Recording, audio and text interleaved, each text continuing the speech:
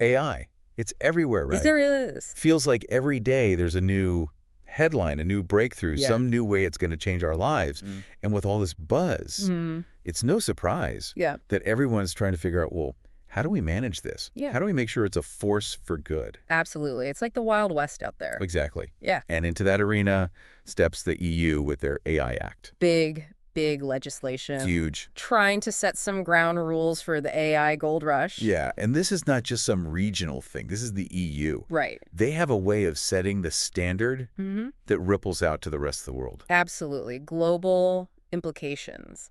So we wanted answers. What does this actually mean for businesses, for innovators, for all of us caught in this tidal wave of AI? Yeah. And to get those answers, we went straight to the source, or at least to someone who's wrestling with these questions every single day. Absolutely. Richard Thompson.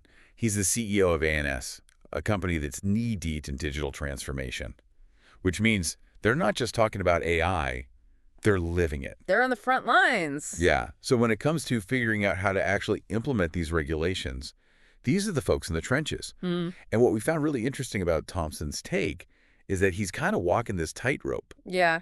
On one hand, he totally gets the need for regulation. I mean, AI is powerful stuff. It's powerful, and it's only getting more so. Exactly. It's evolving so fast. Who knows what it can do even a year from now? So some guardrails, some guidelines, you know, Yeah. makes sense. That makes sense. But at the same time, he's also very aware, very cautious. You know, he doesn't want to stifle innovation. Right, because the potential is enormous. Exactly. So how do you find that balance? Right. That's what's so fascinating. So before we get into the weeds of Thompson's perspective, I think it'd be helpful to just, you know, for anyone who hasn't been following along with every single EU AI Act development, Right. can we just lay out the basics? What is this thing? Oh, okay. So, in a nutshell, the EU AI Act, it's all about creating a risk-based approach to artificial intelligence. They're saying, let's categorize AI applications based on the level of risk they pose. Okay, so like a rating system for AI. Yeah, kind of. So the higher the risk, the stricter the rule. So that makes sense, right? I mean, because a spam filter going haywire in my inbox, it's annoying. But it's not the same as, say, an AI system that's making life or death decisions in a hospital. Exactly. And the Act recognizes that. So you've got AI that's used in like critical infrastructure, law enforcement, healthcare. Those are high-risk applications. Okay, so higher stakes, higher level of scrutiny. Makes sense. But this is where it gets really interesting, right? Because this isn't just for companies based in Europe. This is the big one, right? This is the big one. If you're dealing with AI in any way that touches European markets, you got to play by these rules. Exactly. It's like setting a global standard. It is. And so companies around the world are like, oh, okay, we need to pay attention to this. Yeah.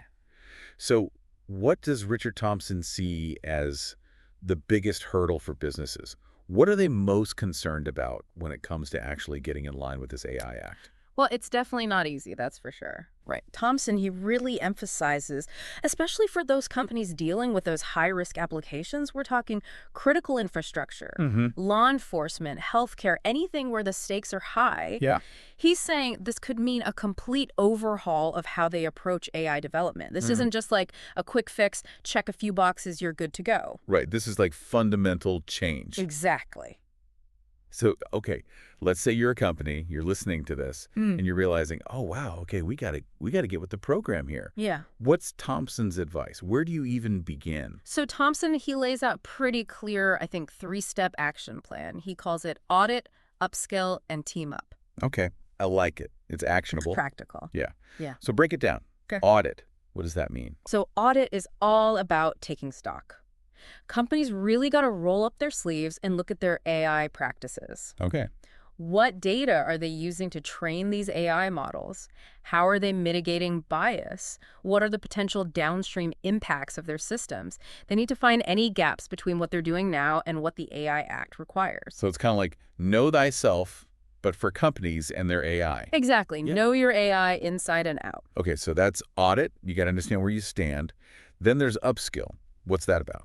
So upskilling, it's all about knowledge. You got to make sure your team, especially the ones, building and implementing AI, they understand this act inside and out. Yeah. What are the specific requirements? Mhm. What's considered high risk? This might mean training programs, bringing in legal experts, maybe developing internal guidelines, but everybody's got to be on the same page. So it's not enough to just make the changes. You have to make sure everyone understands why you're making them. Exactly. Transparency is key. Okay, and then the last step, team up. So I'm guessing this is where Thompson's saying, hey, it's okay to ask for help. Yeah, exactly. He's realistic. Not every company has a team of AI lawyers and ethicists just on standby. Right. So he's a big advocate for bringing in outside expertise if you need it.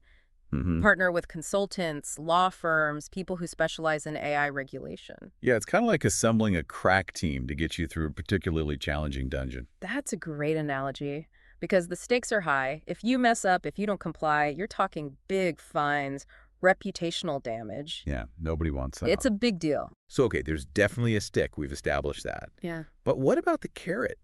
I mean, Thompson seems to think there's an upside to all of this, right? He does. It's not just about avoiding penalties. It's not just about playing defense. He sees this as an opportunity, right? Okay. For companies to really step up and become leaders in what he calls responsible AI. Responsible AI, I like the sound of that. But what does that actually look like in the real world? So it's about baking in things like transparency, accountability, ethical considerations into every single stage of your AI development. Okay. From the data that you use to train your models to how you design the user interface. You're considering the societal impacts. You're addressing potential harms up front. So it's proactive, it's thoughtful, it's not just, let's throw this AI out there and see what happens. Exactly. And Thompson, he really believes that the companies that prioritize this, the ones who see this act as a roadmap, not a roadblock, they're the ones who are going to come out ahead. Interesting. So it's not about just following the rules. Yeah. It's about recognizing that those rules can actually help you build better, more trustworthy AI. Exactly. And in the interview, he even says that adhering to these regulations, yeah, it takes an investment, Right. but it can actually lead to, quote, a safer and more trustworthy environment for innovation, unquote. So it's not just good for, like, the ethical side of things. It could actually be good for business. Right. It's a win-win. Almost like a rising tide lifts all boats. Yeah, exactly. I think we did this right. And that's the thing about the AI Act. Yeah. It's not about, like, trying to catch companies out. It's about setting a standard, saying, look, this is what responsible AI development looks like. It levels the playing field. Yeah. So now companies are encouraged to compete on innovation, but also on ethics, on trustworthiness. Yeah. And this is, I mean, we keep saying it, but this is a big deal. Huge. This is not just like a footnote in the AI story. No. This has the potential to really reshape how we approach this technology. Absolutely. And we're already seeing it happen. Oh, yeah? Other countries, other regions, they're paying attention. Makes sense. Looking at the EU model, thinking, okay, how do we adapt this? How do we create our own frameworks? The AI Act, it could really become the gold standard for AI governance globally. That's a pretty big legacy for, a piece of legislation. It really is. But it speaks to, I think, this growing awareness that we can't just let AI run wild. We have to be intentional. We have to be proactive about how it develops, how it's used. And the EU AI Act, it's a bold step for sure. It is. It is. So I think the big takeaway here, and for all our listeners who are, deep in the tech world following all this stuff, the AI Act might seem daunting. There's a lot to unpack. Oh, yeah. But it's pushing us in the right direction. It is. It's saying, we can do this. We can have AI that's not something to be afraid of. All right. We can use it as a force for good. Exactly. And the thing is, this is an ongoing conversation. Oh, for sure. The AI Act, it's a framework. It's a starting point. Yeah. As AI gets more sophisticated, and it will, the rules, the regulations, they'll have to evolve too. Right. So this isn't a set it and forget it kind of thing. We got to stay engaged. We got to stay informed. Absolutely. And make our voices heard as we, navigate this whole new world. Couldn't agree more. Well, I think that's a good place to wrap up our deep dive on the EU AI Act. Yeah. It's a big topic. There's a lot more to explore. More. If you want to go deeper, and we encourage you to, we'll have a link to the full interview with Richard Thompson in the show notes. Definitely worth a listen. Yeah, he had a lot of interesting insights. And as always, stay curious out there.